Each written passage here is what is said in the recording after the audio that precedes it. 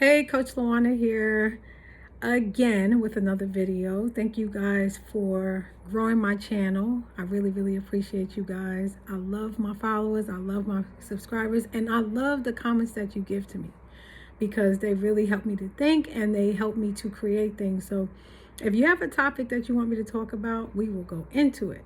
So let's go into it. So this is the love bomb.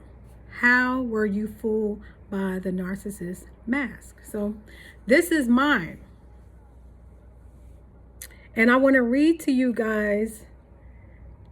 And I got on this side, which is like the red side, which is like the real him or the real her. And then the green side, which is, Dr. Jekyll, the public image. And then you got Mr. Hyde, the psycho, right? So I want to read to you how I was fooled by the mask. And then I'm going to show you guys a really cool exercise that can help you to see how you were fooled. So let's read this real quick. So love bomb, how were you fooled by the mask? Because we know that narcissistic people, they use people for mask creation. So they go from relationship to relationship and they pull things from you. So if you were really good, let's say at being an accountant, you helped them fix their credit and stuff like that. It was in shambles before you met. And then once you got them on their feet, or you put them through school, it's something where you elevated that narcissist and they were able to take that from you and then move on to the next person. You could have helped them lose weight. And then they got with the new supply and, with the new body that you helped them build. So we were fooled by things, right? Because they saw things in us from the love bombing stage that made them think, okay, that person is a perfect victim for me because they could give me this supply, they could elevate me, right? But we have to find out and determine how we were fooled by these people so that when we meet narcissists in the future, and we will meet them because these people are everywhere, we will not fall for it ever again. So each narcissist creates a carefully crafted mask. Reading. The mask is designed to fool the outside world into thinking that they are good, kind-hearted people with a high moral code. But the truth is much more sinister. They are the exact opposite of what they pretend to be. The reason why they are so good at fooling people is because they have spent their entire lives creating the mask. This is an example of the red flags that I missed during my relationship with the ex-narcissist, and which red flags did you miss? So this is really important. You got to know what you miss so that when you meet people in the future, you will not be fooled again. So this is what I thought I was getting, right? Which was the Dr. Jekyll, the public image. So this is what I fell for. This is how I was fooled. So I thought he was a godly man and he worked in a church, right? So I was like, oh, he's in church all the time. This is a godly man. I thought he was patient and kind, but he was the exact opposite. I thought he was a successful businessman. That's what he told me he was, but in reality, he was not that.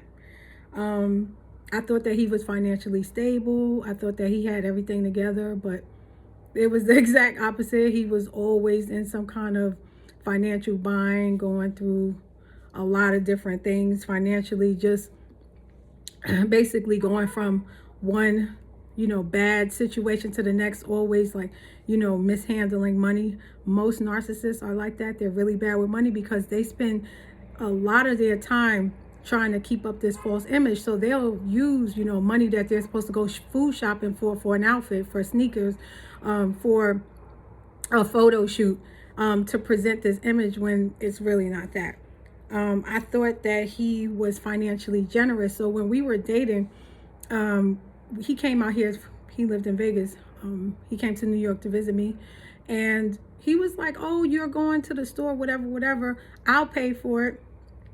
And I was like, no, fine. I got it. He's like, no, here's one of my cards or whatever. He gave me his PIN number, And I was like, oh, okay, this guy's, financially generous. But then fast forward after I married him, almost 2 years later from dating, year and a half, 2 years later, it was $2, like 2 singles on the floor by our safe where we kept money. And I took it that day and spent it, bought something, ate chips, I don't know. And he came back home from work and went into a full-on rage.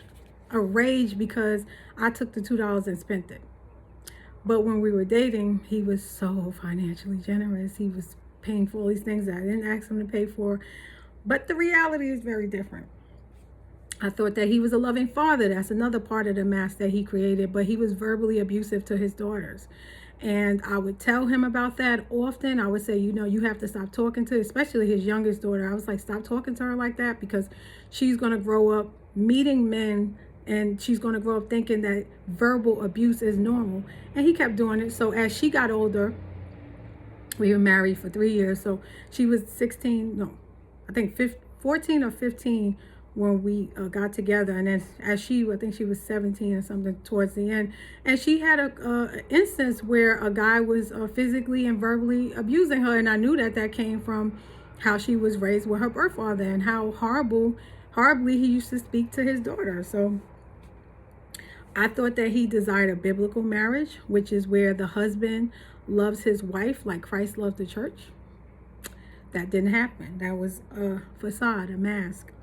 And the last thing, I thought that he did internal healing work from his previous marriages. So he had been married twice before me.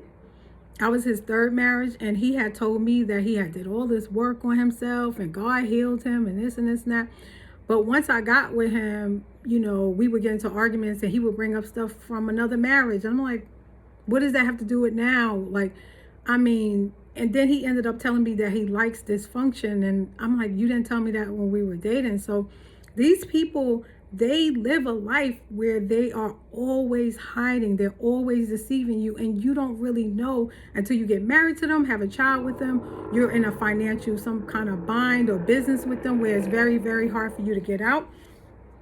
So this is the private truth. So I gave you guys just now the mask, right? What a godly man, all that stuff, right? But this is the reality, right? This is Mr. Hyde. So he's narcissistic.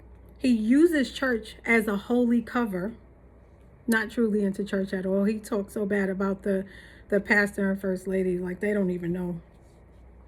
He's impatient. He's hostile and verbally abusive. He's also financially abusive.